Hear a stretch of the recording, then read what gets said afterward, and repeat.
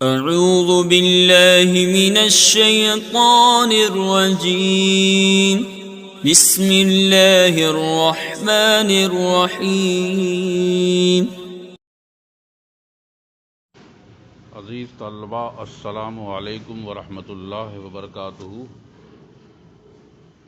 میں محمد ناصر حسین مصباحی، استاذ دارالعلوم غریب نواز الہ آباد سے جماعت رابعہ کے تمامی طلباء سے مخاطب ہوں۔ آج کے دن 20 جنوری 2021 کی تاریخ چل رہی ہے، لہٰذا معمول اور دستور کے مطابق آج پھر آپ کے نصاب کی کتاب شرح بقایا کے نئے سبق کا آغاز ہونے جا رہا ہے۔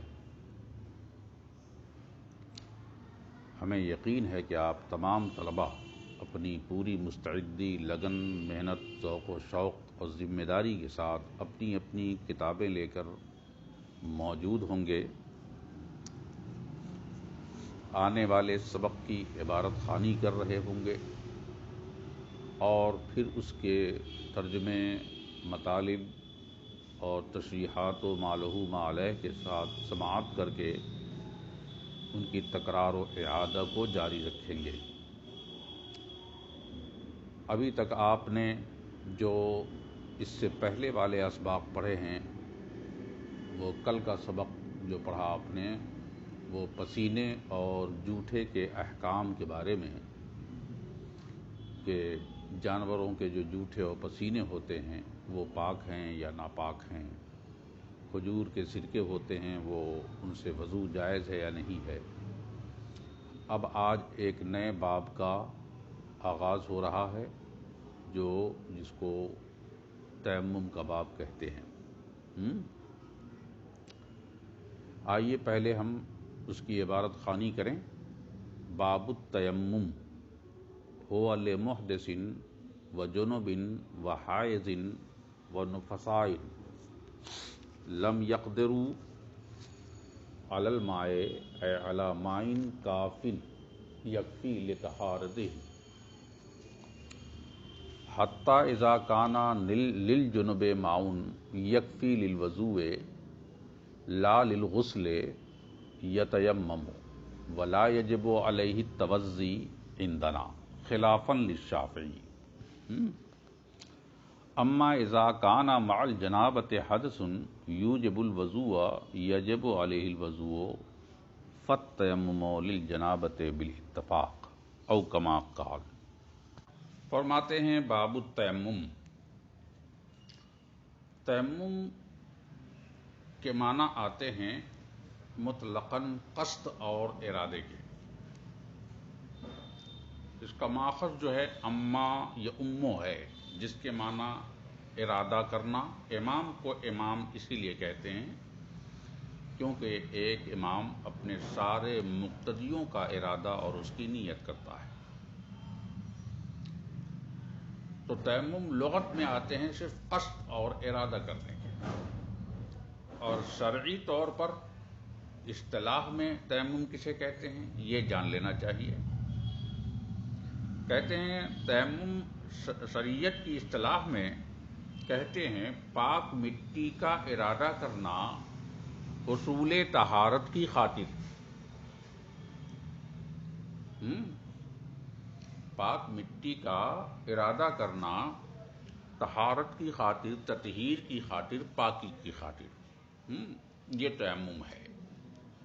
اب ایک سوال یہ پیدا ہوتا ہے کہ مصنف علیہ الرحمہ نے غسل اور وضو کے بیان کے بعد تیمم کے بیان کا آغاز کیوں کیا؟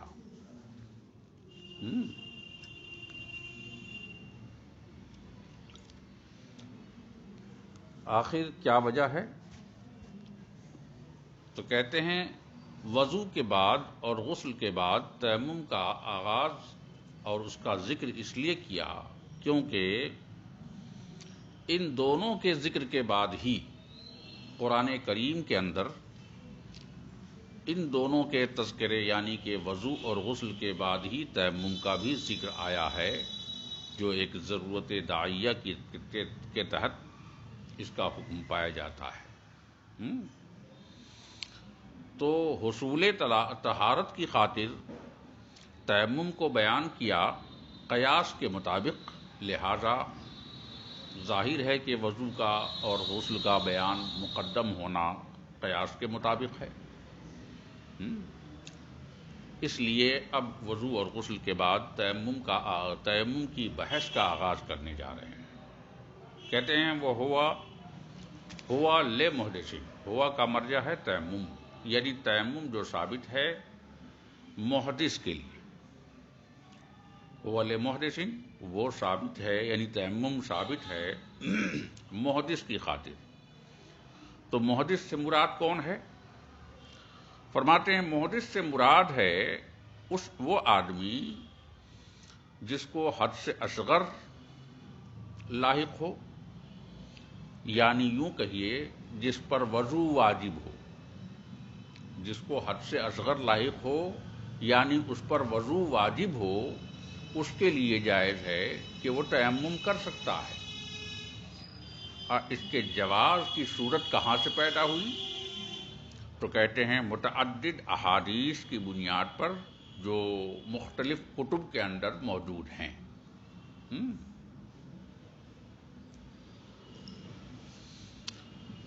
اچھا، اس کے بعد آتا ہے جنوبین۔ تو جنوبین جو ہے جنابت والے کو کہتے ہیں، جیسے انزال ہے، جنابت ہے، وطی ہے، وغیرہ وغیرہ، ایسے آدمی پر کے لیے بھی یہ تیمم جائز ہے۔ تو گویا علی وجہ تساوی دونوں کے لیے حکم ہے کہ آپ حد سے اصغر کے لیے بھی آپ کر سکتے ہیں، یعنی کہ وضو والا بھی تیمم کر سکتا ہے، اور غسل جس پر واجب ہو وہ بھی وہ کیا کہتے ہیں تیمم کر سکتا ہے۔ تو اب یہ ہے کہ جب یہ جنوبی کہا تو اب ایک سوال پیدا ہوتا ہے کہ جب محدث کو بیان کر دیا تو اگر اسی محدث سے مراد حد سے اصغر والا بھی لے لیا جاتا، اور اسی محدث سے مراد حد سے اکبر جسے جنابت، انزال اور وطی کہتے ہیں وہ والے لوگ بھی مراد لیے جاتے ہیں، تو حد سے اصغر اور حد سے اکبر دونوں کو شامل ہو جاتا، جنوبی کہنے کی ضرورت ہی پیش نہ آتی۔ مطلب یہ ہے کہ جنوبی کہنے کی ضرورت نہیں ہے، بس محدث میں حد سے اصغر اور حد سے اکبر دونوں شامل ہو جاتا۔ تو پھر الگ سے اس کو بیان کرنے، یعنی کہ باب التیمم ہوا لمحدث، تیمم جائز ہے محدث کے لیے، یعنی اس آدمی کے لیے بھی جس کو حد سے اصغر ہو یعنی جس پر وضو واجب ہو، اور تیمم ثابت ہے اس کے لیے بھی جو محدث ہو یعنی حد سے اکبر والا ہو یعنی جس پر غسل واجب ہو، ان کے لیے بھی جائز ہے۔ تو الگ سے جنوبی کہنے کی ضرورت نہیں تھی۔ تو ایسا کیوں کیا؟ تو کہتے ہیں جنوبی کا ذکر الگ سے ہم نے اس لیے کیا ہے، وہ آپ کا اعتراض بجا ہے کہ آپ جو ہے محدث میں حد سے اصغر اور اکبر دونوں کو شامل کر لیں، لیکن ہم نے اس میں اس لیے اس کو الگ سے بیان کیا جنوبی کو، کیونکہ اس میں بہت سارے فقہا اور صحابہ کا اختلاف ہے، کیونکہ بعض لوگ صرف محدث یعنی حد سے اصغر والوں کے لیے ہی تیمم کو جائز مانتے ہیں، نہ کہ جنوبی اور حد سے اکبر والوں کے لیے۔ اس اختلاف کو بیان کرنے کی بنیاد پر یہ بتانا تھا کہ اس کو الگ سے بیان کرے کہ جنوبی جو ہے جس نے جنابت کی ہے، جس کا انزال ہوا ہے، جس نے وطی کی ہے اور اس پہ غسل واجب ہے، وہ بھی اس کا تیمم کر سکتا ہے۔ تو یہ بات آپ کو سمجھ میں آ گئی؟ پھر اس کے بعد میں اجماع جو واقع ہوا ہے، وہ بعد میں اجماع واقع ہوا ہے کہ ان میں سے ہر ایک کے لیے تیمم جائز ہے، یعنی کہ چاہے وہ حد سے اصغر والا ہو یعنی جس پر وضو واجب ہو وہ بھی تیمم کر سکتا ہے، یا حد سے اکبر والا ہو وہ بھی تیمم کر سکتا ہے جس پر غسل واجب ہو۔ تو اس اختلاف کو دور کرنے کی خاطر جنبی کا ذکر مصنف نے الگ سے بیان کیا، اور اس کے لیے بہت ساری احادیث صحیحہ موجود ہیں جو بنایا ہے اور سے آیا ہے، ان تمام کتابوں کے اندر مذکور ہے۔ اب کہتا وہ حائزن، اور حائزہ کے لیے بھی۔ اب حائزن پر بھی ایک اعتراض ہے۔ اعتراض یہ ہے کہ آپ نے کہا کہ تیمم جائز ہے محدث کے لیے، جنبی کے لیے، وحائزن اور حائزہ کے لیے، لیکن قیاس تو یہ کہتا ہے کہ حائزتن ہونا چاہیے، حائزتن ہونا چاہیے، نہ کہ حائزن۔ یہ مذکر کا صیغہ ہے، نہ اس کو مؤنث کا، حالانکہ مؤنث کا صیغہ ہونا چاہیے، کیونکہ حیض صرف اور صرف عورت کو آتا ہے، نہ کہ مذکر کو۔ تو مذکر کا صیغہ کیوں استعمال کیا؟ تو فرماتے ہیں دیکھو بھائی، آپ حائزہ بولو تو بھی اور حائز بولو تو بھی، دونوں صورت میں اطلاق ہے نا، عورت ہی پر ہوگا، مؤنث پر ہی ہوگا۔ کہا کیوں؟ کہا اس لیے کہ خربوزہ چھری پہ گرے یا چھری خربوزے پہ گرے، کٹنا خربوزے کو ہی ہے، اور کیا ہے۔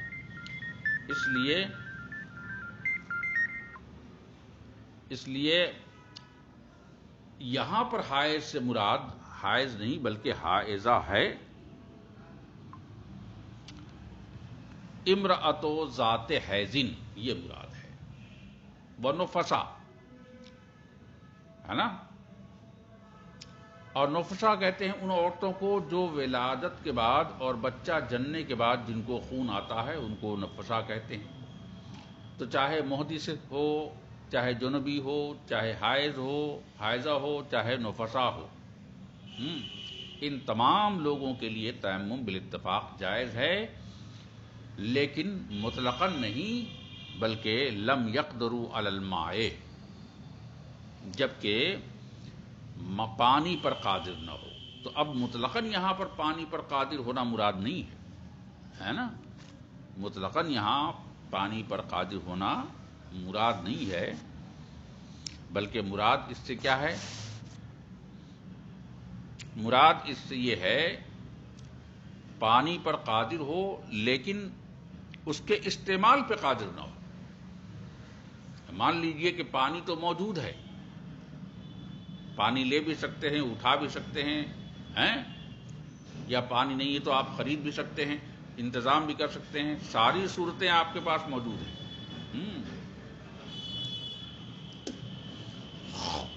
تو علی الماء جو کہا ہے، لم یقدروا علی الماء، پانی پر قادر نہ ہونے کا مطلب یہ نہیں ہے کہ آپ کے پاس پانی نہیں ہے، یا پانی آپ لے نہیں سکتے ہیں، یا اٹھا نہیں سکتے ہیں، یا یہ نہیں کر سکتے ہیں، بلکہ یوں کہیے کہ لم یقدروا اصل میں یوں ہے، لم یقدروا علی استعمال الماء، پانی کے استعمال کرنے پہ قادر نہ ہو۔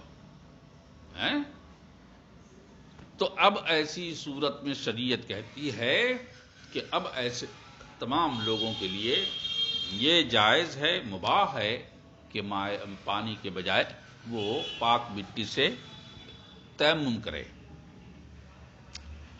اب پانی ہے بھی مان لیجئے، تو کہتے پانی کتنا ہونا چاہیے؟ کہتے علی مائن۔ تو اشارہ اس بات کی طرف ہے کہ مائع مطلق ہے جو کافی ہو، یعنی ایسے پانی پر قادر ہو جو مائع مطلق ہے اور کافی ہو اس کے استعمال کے لیے، تو اس پر کہتے ہیں کہ صاحب وہ واجب ہوگا وضو کرنا اور غسل کرنا۔ لیکن پانی کسی کے پاس اتنا ہے کہ وضو کے لیے کافل نہیں ہے مثلاً، تو کہتے ہیں اب کہتے ہیں وضو کرنا اس کے لیے جائز نہ ہوگا، بلکہ اب اس کے لیے تیمم کرنا جائز ہوگا۔ تو اے اللہ، خود مصنف کہتے ہیں اے اللہ مائن، یعنی اتنے پانی پر قادر ہو کہ یکفی لطہارت ہی، کہ اس کی طہارت کے لیے کافی ہو۔ عزیز باقی طلبہ اگلے سبق میں۔ السلام علیکم ورحمۃ اللہ وبرکاتہ۔ میں محمد ناصر حسین مصباحی استاد دارالعلوم غریب نواز الہ آباد سے جماعت رابعہ کے تمام طلبہ سے مخاطب ہوں۔ آپ جانتے ہیں کہ آج 24 جنوری 2021 کی تاریخ چل رہی ہے۔ معمول اور دستور کے مطابق آج پھر آپ کے نصاب کی کتاب شرح وقایع کے نئے سبق کا آغاز ہونے جا رہا ہے۔ ہمیں یقین ہے کہ آپ سبھی بچے اپنی ذمہ داری کے ساتھ، محنت و لگن کے ساتھ اپنی اپنی کتابیں لے کر حاضر و موجود ہوں گے، اور سبق کے ترجمے، عبارت خوانی کے بعد ترجمے، مطالب اور ما لہو ما علیہ کو بغور سماعت کر کے تکرار اور ان کا اعادہ کرتے رہیں گے۔ آج سے پہلے آپ نے باب التیمم کے کچھ حصے پڑھے ہیں، جن میں کچھ جزئیات کا بیان ہوا۔ شرائط تیمم میں صفحہ نمبر 88 پر یہ سبق چل رہا ہے۔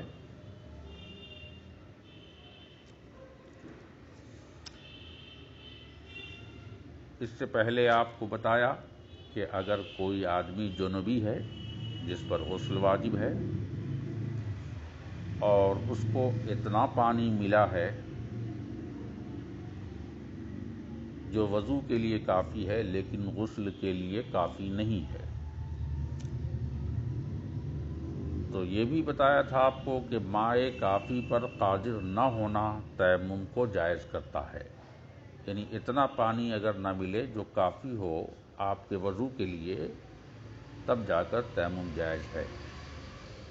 تو اگر کوئی جنوبی کو اتنا پانی مل جائے جو پانی وضو کے لیے تو کافی ہے لیکن غسل کے لیے کافی نہیں ہے، اور ضرورت دونوں کی ہے، تو سوال یہ ہے کہ اس پانی کا استعمال وضو کے لیے کیا جائے گا یا نہیں کیا جائے گا، یا غسل میں اس کا استعمال کیا جائے گا یا نہیں کیا جائے گا۔ تو ہم نے آپ کو بتایا گیا تھا کہ امام اعظم ابو حنیفہ نے یہ فرمایا کہ صاحب ہمارے یہاں تیمم کرے گا لیکن اس پر اس پانی سے وضو کرنا واجب نہیں ہوگا۔ کہا کیوں؟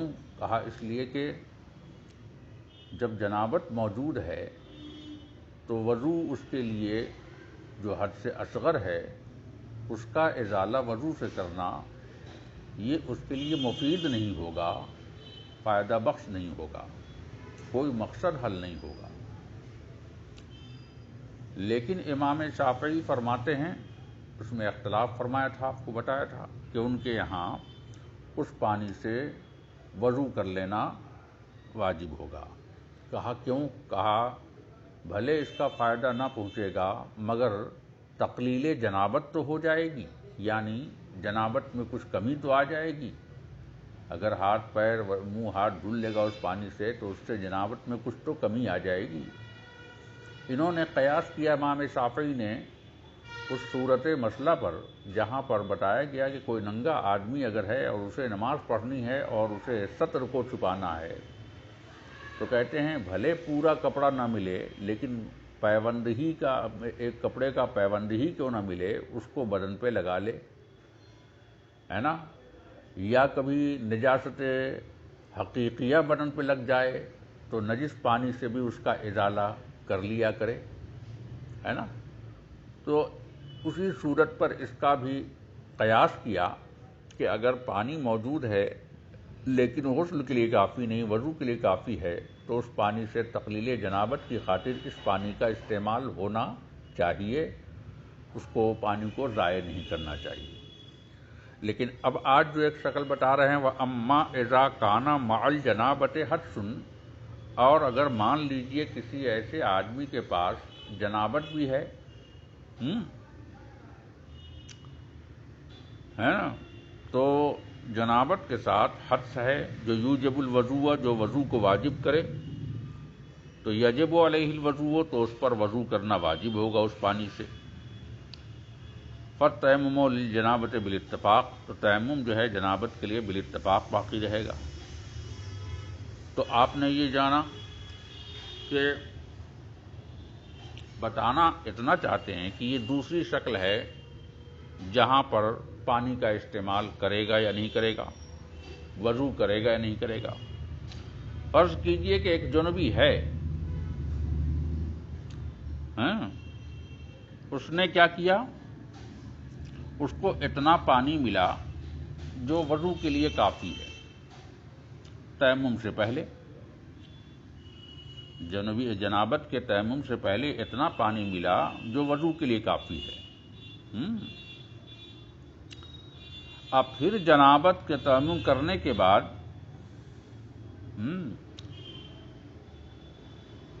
اگر اس نے جنابت کا تیمم کیا اور تیمم کرنے کے بعد آگے بڑھا، پھر اس کے بعد اس کا وضو ٹوٹ گیا، یعنی اس کو حد سے اصغر بھی لاحق ہو گیا۔ اب اس نے اتنا پانی پایا کہ اس پانی سے وہ پانی کافی ہے وضو کے لیے، تو اب یہاں پر واجب ہوگا کہ وضو کرے۔ اسی کو مصنف نے کہا اما اذا کان مع الجنابت، اگر مان لیجئے کہ اگر جنابت کے ساتھ، یہ جنابت کے ساتھ میں جو مع ہے، مع کو مع کے معنی مت لیجئے ورنہ مفہوم دوسرا نکل جائے گا۔ دوسرا یہ نکل جائے گا کہ گویا جنابت کی دو حالت ہوتی ہے، کبھی جنابت ایسی بھی ہوتی ہے جس کے ساتھ حد سے اصغر ہوتا ہے، اور کبھی جنابت ایسی بھی ہوتی ہے جس میں حد سے اصغر نہیں ہوتا، جس میں وضو نہیں ٹوٹتا۔ ہمیں جہاں غسل واجب ہوگا وہاں تو وضو واجب ہی رہے گا نا۔ تو مع الجنابت حدث ہونے کا کیا معنی ہے؟ تو کہتے ہیں یہاں مع جو ہے، مع کے معنی میں نہیں بلکہ یہ بعد کے معنی ہیں۔ یوں کہو اما اذا کان بعد الجنابت، یعنی جنابت کے تیمم کے بعد اگر پھر اس کے بعد حدث، کوئی حدث آتا ہے تو یوجب الوضوء، جو حدث واجب کر دے وضو کو، تو کہتے ہیں یجب علیہ الوضوء، تو اب اس پر وضو کرنا کیا ہوگا، واجب ہو جائے گا۔ تو شکل ذرا سی بدل گئی ہے۔ کہتے ہیں کہ اما اذا کان مع الجنابت حدث، اگر مان لیجئے کہ جنابت کے بعد حدث لاحق ہو رہا ہے، یعنی پہلے اس نے تیمم کیا جنابت کا، اور جنابت کا اتنا پانی ملا جنابت کے تیمم کے بعد کہ حدث، اس کو حدث لاحق ہو گیا، یعنی کہ حدث ہونے کا مطلب کیا ہے، اس کا وضو ٹوٹ گیا، وضو جاتا رہا۔ تو کہتے ہیں اب اتنا پانی ملا ہے کہ جس سے وضو کر سکتا ہے وہ، تو کہتے ہیں یجب علیہ الوضوء، اب اس پانی سے وضو کرے گا۔ اب فالتیمم للجنابۃ بالاتفاق، اور جو جنابت کا تیمم ہے اپنی حالت پر باقی رہے گا بالاتفاق، چاہے امام اعظم کے ہاں ہو چاہے امام شافعی کے ہاں ہو۔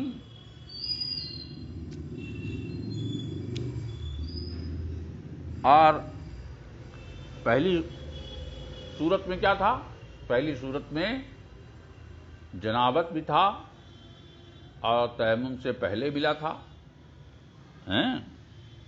پانی، تو اب تیمم سے پہلے ملا تھا تو ظاہر بات ہے کہ وہ وضو کے لیے پانی کا استعمال کرنا مفید نہیں تھا۔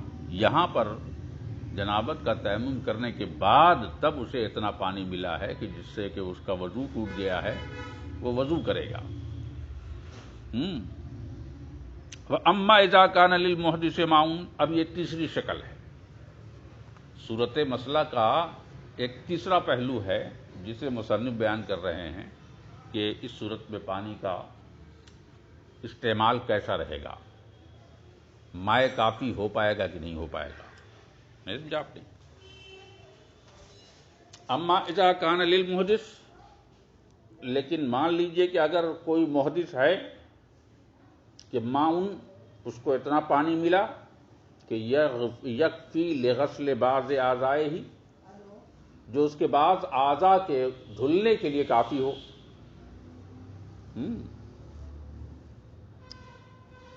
نہیں سمجھا آپ نے؟ یعنی مان لیجئے وضو کے لیے ہو چاہے غسل کے لیے ہو، تو اب اتنا سا پانی ملا ہے جو نہ تو وضو کے لیے کافی ہے نہ غسل کے لیے کافی ہے. نہیں سمجھا آپ نے؟ نہ وضو کے لیے کافی ہے نہ غسل کے لیے کافی ہے. تو اب اس پانی کا کیا کرے گا بھائی؟ اسی صورت مسئلہ کو یہ بیان کر رہے ہیں. تو کہتے ہیں جناب والا اب جو اتنا پانی ملا ہے جو نہ تو غسل کے لیے کافی ہے نہ وضو کے لیے کافی ہے اور دونوں ہی کرنا ہے آدمی کو، تو اب اس پانی کا استعمال کرے گا، تیمم کرے گا وضو کے لیے اور جنابت کے لیے یا نہیں؟ تو کہتے ہیں سنو بھائی، یہ پانی نہ گنگا رام میں جائے گا نہ جمنا داس میں جائے گا، یعنی نہ غسل کے لیے استعمال کریں گے نہ وضو کے لیے استعمال کریں گے. بعض اعضاء کو مان لیجیے ایک ہاتھ دھل سکتے ہیں اس پانی سے، دوسرا ہاتھ نہیں دھل سکتے ہیں. ایک پیر دھل سکتا ہے دوسرا پیر نہیں دھل سکتا ہے. پیٹھ دھل سکتی ہے پیٹ نہیں دھل سکتا ہے. تو ظاہر ہے کہ ایک بعض اعضاء کو دھلنے کے لیے چونکہ کافی نہیں ہے اور ان کا استعمال بھی بے مقصد اور بے فائدہ رہ جائے گا. اس لیے امام اعظم کے یہاں کہتے ہیں صاحب اما اذا کان للمحدث ماؤن، اگر کسی محدث کے پاس پانی ہے اتنا کہ ما یکفی لغسل بعض اعضاء، جو بعض اعضاء کو دھلنے کے لیے کافی ہو، فالخلاف ثابت ایضا، تو یہاں پر بھی اختلاف برقرار رہے گا امام اعظم ابو حنیفہ کے ہاں اور امام شافعی رحمۃ اللہ تعالی علیہ کے ہاں. دونوں میں اختلاف یوں باقی رہے گا کہ امام اعظم کے ہاں اس تھوڑے سے پانی کا جو نہ تو وضو کے لیے کافی ہے نہ غسل کے لیے کافی ہے بلکہ بعض اعضاء کو دھل سکتے ہیں چاہے وضو کے اندر چاہے غسل کے اندر، کہتے ہیں صاحب اس پانی کا استعمال قطعاً واجب نہیں ہوگا کیونکہ یہ مفید نہیں ہے نہ وضو کے لیے اور نہ غسل کے لیے، اس لیے اس کی افادیت فوت ہو گئی. جب افادیت فوت ہو گئی تو ان کا استعمال بے معنی ہوا. لیکن امام شافعی یہاں پر اختلاف یوں کریں گے کہ نہیں صاحب اس پانی کا بھی استعمال کریں گے. کہا کیوں؟ کہا بالکل ویسے ہی جیسے اس سے پہلے والی صورت میں بتایا گیا کہ اگر کسی کے پاس اتنا پانی ہو جس سے وہ کیا کہتے ہیں کہ صاحب وضو کے لیے کافی ہو لیکن غسل کے لیے کافی نہ ہو، تو اگرچہ وضو کرنا مفید نہ ہوگا لیکن تقلیل جنابت کے لیے، جنابت میں اور نجاست میں کچھ کمی کے لیے اس پانی کا استعمال کر لیا جائے گا تاکہ تقلیل جنابت ہو سکے. بالکل بعین ہی وہی مسئلہ، وہی قیاس اور مقیس علیہ یہاں پر بھی امام شافعی رکھتے ہوئے دلیل رکھتے ہوئے فرماتے ہیں کہ یہاں بھی ہمارا آپ سے اختلاف رہے گا کہ اگر کسی کو محدث کو اتنا پانی ملے کہ نہ تو غسل میں کافی ہو نہ تو وضو میں کافی ہو بلکہ بعض اعضاء کو دھلنے کے لیے کافی ہو، تو بھی کہتے ہیں اس پانی کا استعمال کر کے وہاں پر تقلیل جنابت کیا جا سکتا ہے. تو اب یہاں پر بھی اختلاف باقی رہا. یہ چند جزیات، چند صورت مسئلہ آپ کو بتائی گئی جن صورتوں میں کیا ہے کہ پانی کا استعمال کہیں واجب ہو جاتا ہے اور کہیں واجب نہیں ہوتا ہے، اور کبھی کبھی ایسا ہوتا ہے کہ بے مقصد ہو جاتا ہے، اس کی افادیت ختم ہو جاتی ہے. اور رہی بات مع جنابت کی، تو مع جنابت میں مع جو ہے وہ بعد الجنابت ہے، یہ یاد رکھنا چاہیے اور سبق کی تکرار برقرار رکھنا چاہیے. انشاءاللہ یہ اگلی بحث کا جو آغاز ہوگا اب وہ ان صورتوں کا آغاز ہوگا جن صورتوں میں ایک مکلف کو تیمم کرنا جائز ہوتا ہے، اور ان صورتوں کا بھی تذکرہ چلے گا جن صورتوں میں تیمم کرنا ناجائز ہوتا ہے. باقی اگلے طلبہ السلام علیکم ورحمۃ اللہ وبرکاتہ. میں محمد ناصر حسین مصباحی، استاد دارالعلوم غریب نواز الہ آباد سے جماعت رابعہ کے تمام طلباء سے مخاطب ہوں. آج 25 جنوری 2021 کی تاریخ ہے، اور جیسا کہ آپ جانتے ہیں کہ دستور اور معمول کے مطابق آج پھر آپ کے نصاب کی کتاب شرح وقایہ کے نئے سبق کا آغاز ہونے جا رہا ہے. ہمیں آپ لوگوں کے ذمہ دارانہ رویے اور محنت و لگن پر پورا یقین ہے کہ آپ سبھی بچے اپنی محبت اور اپنی ذمہ داری کے ساتھ اپنی اپنی کتابیں لے کر حاضر و موجود ہوں گے اور آنے والے سبق کی عبارت خوانی کریں گے.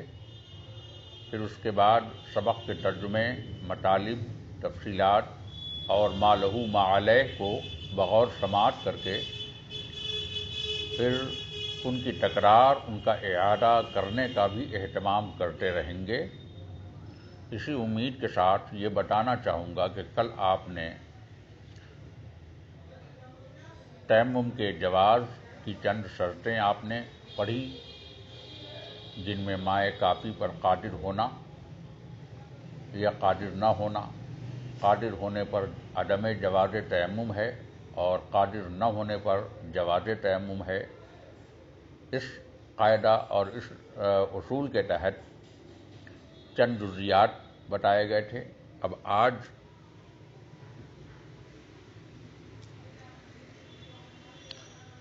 ان جزیات کے بعد جس میں امام شافعی، امام اعظم ابو حنیفہ کا اختلاف بھی تھا، ان جزیات کے بعد اب ایک نئے سبق اور نئی باتوں کا ذکر کر رہے ہیں. صفحہ نمبر 88 ہے، شرائط تیمم ہے، باب التیمم پڑھ رہے ہیں. فرماتے ہیں لبعدہ میلن المیلو ثلث الفرسخ وقیل ثلاثۃ آلاف ذراع و500 الی 4,000 وما ذکر فی ظاہر الروایت وفی روایت الحسن المیل انما یکون معتدا اذا کان فی طرف غیر قدامہ حتی یسیر میلین ذہابا ومجیئا فاما اذا کان فی قدامہ فیعتبر ان یکون میلین او کما قال.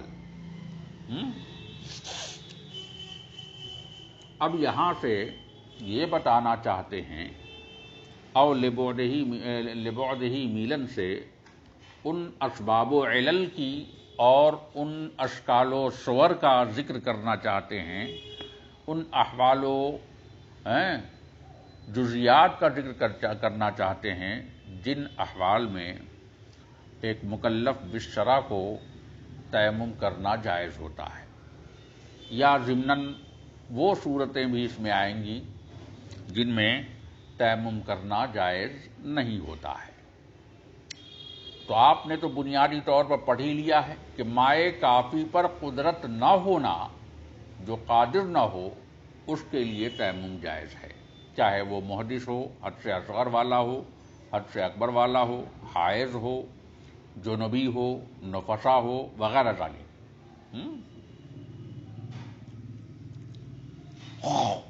اب مائے کافی پر قادر نہ ہونا کن کن وجہوں سے ہو سکتا ہے، کن کن حالتوں سے ہو سکتا ہے. پہلی وجہ اور پہلی حالت میں مصنف کہتے ہیں لبعدہ میلن، اس لیے وہ قادر نہ ہو مائے کافی کے استعمال پر کیونکہ وہ 1 میل دور ہو جائے پانی سے، کم سے کم 1 میل دور ہو جائے پانی سے. تو لبعدہ میلن میں لبعدہ تعلق اس کا کس عبارت سے ہے؟ سب سے پہلے یہ جان لیں آپ، لبعدہ کا تعلق، یہ متعلق کس سے ہے؟ لام حرف جار بعد مضاف مضاف الیہ سے مل کے متعلق کس کا ہوا ہے؟ کہتے ہیں اس کا سیدھا تعلق جو ہے اس سے ما سبق والی عبارت لم یقدروا جو باب التیمم کے آغاز میں ہے، هو لمحدث و جنب و حائض و نفساء لم یقدروا، اس لم یقدروا سے اس کا تعلق ہے. یعنی اب معنی ہو جائے گا لبعدہ میلن کا کہ لم یقدروا لبعدہ میلن، یعنی وہ قادر اس لیے نہ ہو پائے پانی کے استعمال پر کیونکہ وہ 1 میل اس سے دور ہے، لہذا اس 1 میل کی دوری کی وجہ سے مجبوری آ جائے گی کہ اب وہ تیمم کرے اور وضو نہ کرے. یہ اس کے جواز کی ایک شکل پیدا ہوتی ہے. اسی لیے کہا کہ یہ لبعدہ کا تعلق لم یقدروا سے ہے، اور اس میں جو ضمیر ہے وہ فاعل کی طرف ہے. اچھا، اس کے بعد فرماتے ہیں المیل ثلث الفرسخ. 1 میل جو ہوتا ہے یہ 1 فرسخ کا تہائی ہوتا ہے. اب فرسخ کیا ہوتا ہے؟ کہتے ہیں فرسخ لغت میں گنجائش کو کہتے ہیں. اب وہ فرسخ جو ہوتا ہے تقریباً 3 میل کا ہوتا ہے، اتفاقی مسئلہ ہے. اب یہ کہ 1 میل کتنا ہوتا ہے، اس میں ذرا سا مختلف بیان ہے. تو بعض حضرات فرماتے ہیں تقریباً 4000 گز کو 1 میل کہتے ہیں، اور ہر گز جو ہوتا ہے تقریباً 24 انگلی کا ہوتا ہے. ہر گز 24 انگلی کا، اور 4000 گز کا 1 میل ہوتا ہے. ایک تو قول یہ ہے.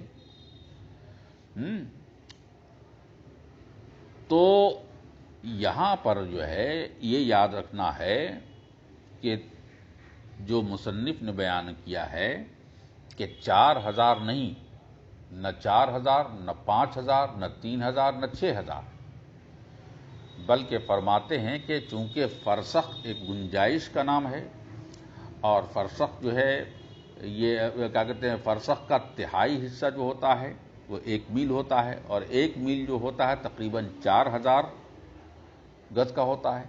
لیکن مفتابہ قول جو صاحب شرح بقایا بیان کر رہے ہیں، وقیل 3 آلاف ذراعین، قیلا یہ کہا گیا ہے کہ تقریباً 3000 گز سے لے کر و500 الی 4000، 3500 گز سے لے کر کے 4000 گز تک کا قول معتبر مانا ہے. اتنے کو 1 میل کہتے ہیں. تو اگر اتنی میل کی مسافت اور دوری پر آپ کو پانی مل رہا ہے اور فرصت و مہلت نہیں ہے تو آپ تیمم کر کے نماز ادا کر سکتے ہیں. لیکن ایک اور بھی روایت ہے جو بے اختلاف روایت اس کے بارے میں ہے کئی اقوال کے ساتھ. وہ صاحب شرح بقایا پھر فرماتے ہیں وما ذکر ظاہر الروایہ،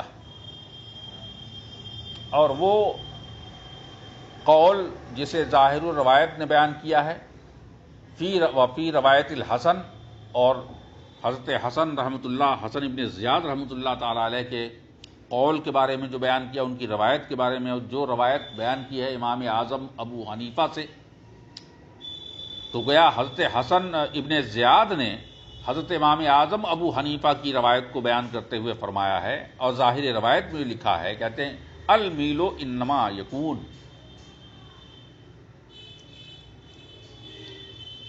یہاں پر جو حکم لگایا گیا ہے کہ 1 میل دور ہونا چاہیے، تو کیا یہ ہر حالت میں 1 میل کی دوری معتبر ہوگی؟ 1 میل کا اعتبار ہر صورت میں ہوگا، دائیں بائیں آگے پیچھے چاروں جانب میں اس کا اعتبار ہوگا، یا کسی ایک جانب میں اس کا اعتبار ہوگا؟ اس کے بارے میں ظاہر روایت میں امام اعظم ابو حنیفہ کی روایت ہے جسے حضرت حسن ابن زیاد رحمۃ اللہ تعالی علیہ نے بیان فرمایا ہے. وہ کیا بیان کیا ہے؟ المیل، کہ یہاں پر جو لبعدہ میلن میں میل کہا گیا ہے، اس میل سے مراد المیل وہ میل ہے کہ انما یکون معتدن، جس کا شمار ہوگا اس صورت میں.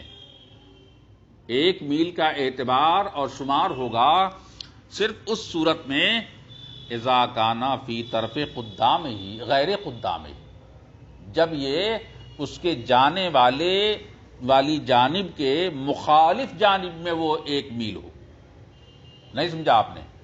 آپ جا رہے ہیں کلکتہ اور آپ آ رہے ہیں کیا کہتے ہیں دربھنگا سے، تو آپ سے 1 میل دور ہونے کا مطلب یہ ہے کہ آپ کا کلکتہ کی جانب 1 میل دور نہ ہو، بلکہ پلٹ کے آنے کے لیے پیچھے یعنی دربھنگا کی جانب 1 میل آپ کے دور ہو، آپ کے پیچھے آپ کے مخالف سمت میں جو ہے 1 میل دور ہونا چاہیے، نہ کہ موافق سمت۔ موافق سمت وہ ہے جس جانب آپ جا رہے ہیں، مخالف سمت وہ ہے جہاں سے آپ آ رہے ہیں۔ تو 1 میل کی جو دوری ہو آپ کے پانی کی، جہاں پر جواز تیمم ثابت ہوگا، یہ وہ ہوگا جو آپ کے مخالف سمت میں 1 میل ہو، تاکہ آپ کے جاتے اور آتے، پھر جاتے اور آتے پانی لینے کے لیے وہاں پر 2 میل ہو جائے، تو گیا جاتے آتے 2 میل کا اعتبار ہوگا۔ تو 1 میل دور ہو آپ کے پیچھے، نہ کہ سامنے۔ اب بات آ گئی، اگر آپ جا رہے ہیں کلکتہ اور آپ موافق سمت میں اگر پانی نہیں ہے تو دیکھنا ہے کتنی دوری پہ ہے، کہتے ہیں کم سے کم 2 میل کا اعتبار ہوگا کہ آپ سے موافق سمت میں کلکتہ کی جانب جو ہے 2 میل دور ہوگا، تبھی جا کر آپ کو پانی چھوڑ کر وہ تیمم کرنا جائز ہوگا، ورنہ آپ کے لیے جائز نہ ہوگا۔ یہ امام کیا کہتے ہیں کہ حضرت امام اعظم کی روایت ہے، حسن ابن زیاد کی روایت ہے، اور جو ظاہر روایت کے اندر مذکور ہے اسی کے بارے میں فرماتے ہیں۔ دیکھیے، وما ذکر ظاہر الروایت، اور وہ جو بیان کیا ہے صاحب ظاہر الروایت نے، اور حضرت حسن ابن زیاد کی روایت میں جو مروی ہے امام اعظم ابو حنیفہ سے کہ المیل انما یکون، کہ 1 میل کا اعتبار وہاں ہوگا، انما یکون معتدن، وہاں شمار کیا جائے گا، اذا کان فی طرف غیر قدام ہی، جب یہ جانا جو ہے مخالف جانے والے مخالف سمت اور مخالف جانب میں ہو۔ کائے کے لیے حتی یسیر میلین ذہابا و مجیئن، تاکہ آپ کو پانی پانے کے لیے جاتے اور آتے 2 میل ہو جائے۔ تو گویا کل ملا کر کے یہ مخالف سمت میں 2 میل چاہیے، مخالف سمت میں 1 میل چاہیے، اور موافق سمت میں 2 میل چاہیے دوری، تب جا کر آپ تیمم کا جواز وہاں پر ثابت کریں گے۔ حتی یسیر میلین، یہاں تاکہ ہو جائے 2 میل، ذہاباً و مجیئن، جاتے اور آتے۔ فاما اذا کان فی قدامہ، اور اگر پانی آپ کے جانے والے سامنے والے جانب میں ہو، ہے نا، فیعتبر ان یکون میلین، تو اب وہاں پر 1 میل کا اعتبار نہ ہوگا، بلکہ ضروری ہوگا کہ وہ پانی آپ سے جو دور ہے وہ کم سے کم 2 میل دور ہونا چاہیے، تاکہ آپ کا عذر معقول وہاں پر ثابت ہو جائے۔ جب عذر معقول ثابت ہو جائے گا، اب جواز تیمم میں کوئی پرابلم اور پریشانی نہیں ہوگی۔ اسی لیے کہا کہ المیل سے مراد کے لبعدہ میلن، 1 میل دور ہونے سے مراد کیا ہے؟ کہتے ہیں 1 میل دور سے جاتے ہوئے مخالف سمت میں 1 میل چاہیے، اب موافق سمت میں جو ہے 2 میل چاہیے۔ باقی دوسرے اور اسباب اگلے سبق میں انشاءاللہ۔